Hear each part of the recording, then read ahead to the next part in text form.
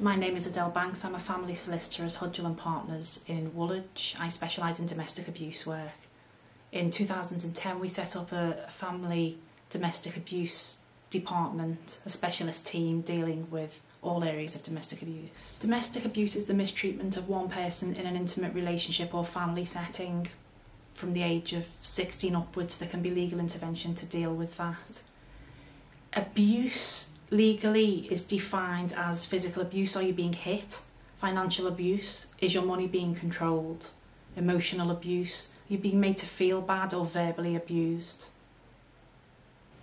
In the UK, domestic abuse is very common. There's been a lot of studies and statistics show that in a woman's lifetime, 1 in 4 of them will experience domestic abuse. Significantly less men suffer from domestic abuse, but there are still figures that show 2 in 5 of them will experience some type of domestic abuse in their lifetime. It's very common. When domestic abuse occurs, when a person is being mistreated at home, the most important thing they can do is get some help, speak to somebody and report the matter. There are a number of avenues to do that. Healthcare professionals is a very good way. Speak to your GP, A&E department, health visitor. You can go to your child's school, speak to the head teacher or the specialist child protection officer who's trained to deal with that type of situation. You could also speak to the police. You could report the matter to them. They could deal with it in that way. Or you can visit a solicitor who can deal with it legally, make applications to court, get you protected. Care proceedings are when the local authority feels that they need to be involved with a family. It is when you have a child that is being exposed to abuse, at risk of being abused or at risk of witnessing abuse. If the local authority then feels they need to remove that child from that situation, they'll make an application to court and they can remove the child from the family. That's care proceedings. An injunction comes in 2 broad forms: to protect a person and to deal with property.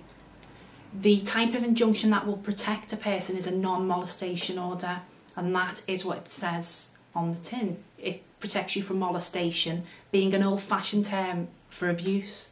So if you're being abused or suffering from harm, this type of order will protect you.